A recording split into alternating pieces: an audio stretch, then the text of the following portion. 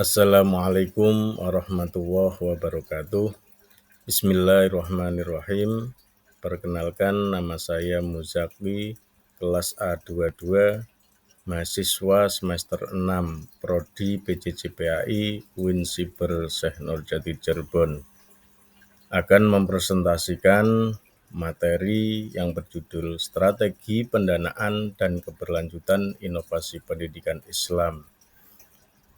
Untuk memenuhi tugas mata kuliah Inovasi Pengelolaan Lembaga Pendidikan Islam, dosen pengampu Dr. Esmi Thaltha Sofiawati, MPDI. Sebagai pendahuluannya, inovasi merupakan keniscayaan dalam perkembangan pendidikan Islam agar tetap relevan dengan tantangan zaman. Namun, masalah pendanaan dan keberlanjutan sering menjadi sebuah hambatan dalam mengimplementasikannya. Untuk latar belakang, pendidikan Islam memiliki peran strategis dalam membentuk generasi yang berilmu, berakhlak, dan siap menghadapi tantangan zaman. Namun, upaya inovasi dalam pendidikan Islam sering terkendala oleh aspek pendanaan yang terbatas dan belum terstruktur secara berkelanjutan. Banyak lembaga pendidikan Islam, khususnya yang berbasis masyarakat seperti pesantren dan madrasah swasta, masih bergantung pada sumber dana internal atau donatur tidak tetap, sehingga sulit mengembangkan program inovatif yang konsisten. Sedangkan di sisi lain, pemerintah dan berbagai lembaga pendukung pendidikan telah membuka peluang kolaborasi dan pendanaan, namun belum sepenuhnya diakses secara optimal oleh lembaga pendidikan Islam. Oleh karena itu, diperlukan sebuah strategi pendanaan yang tidak hanya fokus pada aspek jangka pendek, tetapi juga mempertimbangkan keberlanjutan program secara jangka panjang. Strategi ini mencakup diversifikasi sumber dana, tata kelola yang transparan, penguatan jejaring kemitraan, serta inovasi model pembiayaan berbasis komunitas.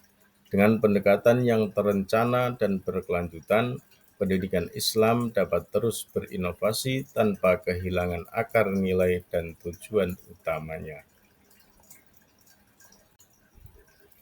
Baik, untuk tujuan materi ini adalah yang pertama untuk mengidentifikasi sumber pendanaan. Tujuan yang kedua untuk menciptakan strategi pengelolaan pendanaan yang lebih efektif. Dan tujuan yang ketiga adalah peran manajemen dalam menjaga keberlanjutan inovasi pendidikan Islam. Di dalam materi ini akan saya jelaskan beberapa pokok bahasan yang berkaitan dengan strategi pendanaan dan berkelanjutan inovasi pendidikan Islam. Di antaranya adalah sumber pendanaan inovasi pendidikan Islam. Banyak sekali sumber pendanaan yang mungkin dapat kita kelola untuk berinovasi dalam pendidikan Islam.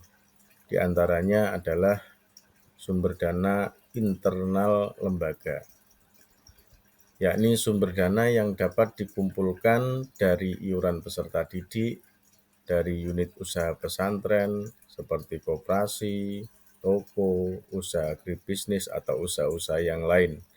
Dan bahkan wakaf produktif juga dapat menjadi sumber utama bagi lembaga untuk dikelola secara mandiri. Yang kedua adalah bantuan pemerintah. Bantuan pemerintah banyak sekali digulirkan untuk lembaga-lembaga pendidikan swasta. Jadi bisa melalui beberapa instansi pemerintah seperti Kementerian Agama, Kemendikbud maupun LPDP dalam bentuk BOS, BOP pesantren, atau hibah untuk inovasi pendidikan berbasis digital dan karakter. Yang ketiga adalah dari lembaga zakat, infak, dan sedekah atau ZIS. LAS atau Basnas dapat menjadi mitra strategis dalam mendanai program pendidikan berbasis pemberdayaan dan inovasi. Dan yang keempat adalah kerjasama lembaga swasta atau CSR. Perusahaan swasta atau BUMN melalui program Corporate Social Responsibility dapat menyalurkan dana ke pesantren atau madrasah untuk inovasi pembelajaran, sarana digital, hingga pelatihan guru atau ustadz. Dan sumber yang kelima adalah donatur dan alumni. Donasi dari alumni, tokoh masyarakat, atau komunitas diaspora Muslim sangat berpotensi mendukung keberlanjutan program inovatif. Pokok bahasan yang kedua adalah strategi pengelolaan dana inovasi. Ada beberapa strategi pengelolaan dana inovasi dalam pendidikan Islam yang dapat diterapkan agar efektif dan berkelanjutan. Di antaranya adalah yang pertama, perencanaan anggaran yang terarah. Tetapkan prioritas program inovasi yang sesuai kebutuhan lembaga, misalnya digitalisasi pembelajaran, pelatihan guru, pengembangan kurikulum, dan lain sebagainya. Yang kedua, susun rencana anggaran biaya atau RAP secara rinci dan transparan. Yang kedua adalah selain perencanaan, kita juga harus bisa diversifikasi sumber dana. Jangan bergantung pada satu sumber saja. Kombinasikan dana internal, dana pemerintah, dana dari zakat, CSR, atau donatur pribadi. Yang ketiga, transparansi dan akuntabilitas. Lakukan pelaporan keuangan rutin terbuka pada publik atau wali santri atau wali murid. Selanjutnya, gunakan sistem akuntansi sederhana berbasis IT untuk pencatatan segala macam keuangan. Yang keempat adalah manajemen berbasis program atau program based budgeting. Setiap program inovasi punya alokasi dana masing-masing, target capaian, dan indikator keberhasilan. Dan yang kelima adalah monitoring dan evaluasi dana. Selalu evaluasilah untuk evaluasi efektivitas penggunaan dana secara berkala untuk melihat dampak dan efisiensinya. Libatkan Dewan Pengawas, Dewan Guru, atau komite lembaga sebagai kontrol sosial.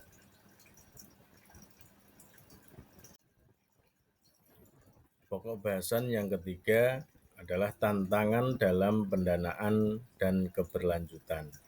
Beberapa tantangan dalam pendanaan dan keberlanjutan inovasi pendidikan Islam diantaranya adalah satu, ketergantungan pada dana tidak tetap.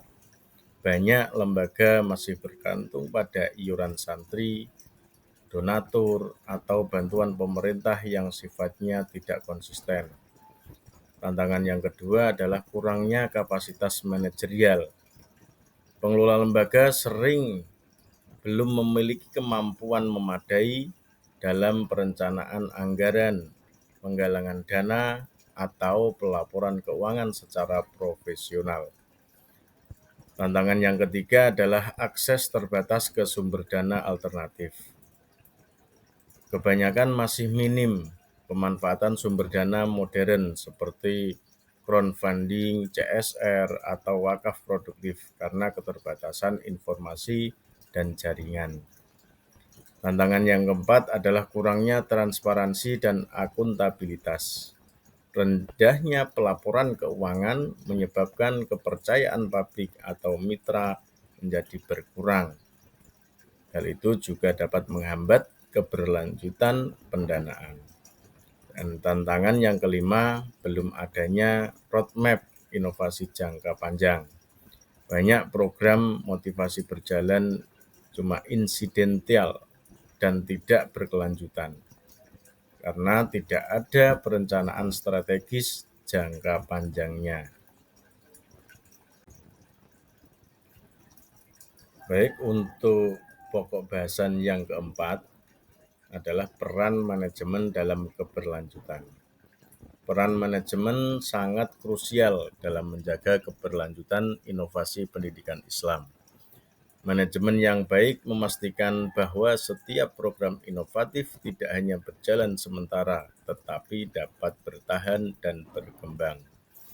Pertama, manajemen berperan dalam perencanaan strategis, menentukan visi, arah, dan prioritas program inovasi jangka panjang sesuai dengan kebutuhan lembaga dan perkembangan zaman. Kedua, dalam aspek pengorganisasian, manajemen bertugas membentuk tim pelaksana yang kompeten dan membagi peran secara jelas agar pelaksanaan berjalan efektif. Peran manajemen yang ketiga adalah pengelolaan keuangan menjadi pilar utama keberlanjutan, di mana manajemen harus mampu menyusun anggaran, mencari sumber dana, serta mengatur penggunaannya secara transparan dan akuntabel. Yang keempat, fungsi pengawasan dan evaluasi menjadi alat untuk memastikan program berjalan sesuai tujuan, serta menjadi dasar perbaikan berkelanjutan. Dan yang terakhir adalah manajemen juga berperan dalam membangun jaringan kemitraan dengan pemerintah, swasta, alumni, dan masyarakat guna untuk memperluas dukungan finansial maupun non-finansial. Kesimpulan materi ini dapat saya simpulkan, inovasi dalam pendidikan Islam merupakan kebutuhan penting untuk menjawab tantangan zaman dan meningkatkan kualitas pembelajaran. Namun, keberlanjutan inovasi sangat bergantung pada strategi pendanaan yang tepat dan pengelolaan yang profesional. Sumber dana yang beragam, baik dari internal, pemerintah, masyarakat, maupun sektor swasta harus dikelola dengan transparan, akuntabel, dan terencana. Manajemen yang efektif memiliki peran sentral dalam memastikan inovasi berjalan secara berkelanjutan melalui perencanaan strategis, pengorganisasian sumber daya, serta evaluasi program secara berkala. Dengan sinergi antara pesantren, praktisi pendidikan, dan seluruh stakeholder pendidikan Islam dapat terus berkembang secara dinamis tanpa kehilangan nilai-nilai keislamannya. Demikianlah presentasi materi strategi pendanaan dan keberlanjutan inovasi pendidikan Islam yang dapat saya sampaikan. Kurang dan lebihnya mohon maaf yang sebesar-besarnya. Wassalamualaikum warahmatullahi wabarakatuh.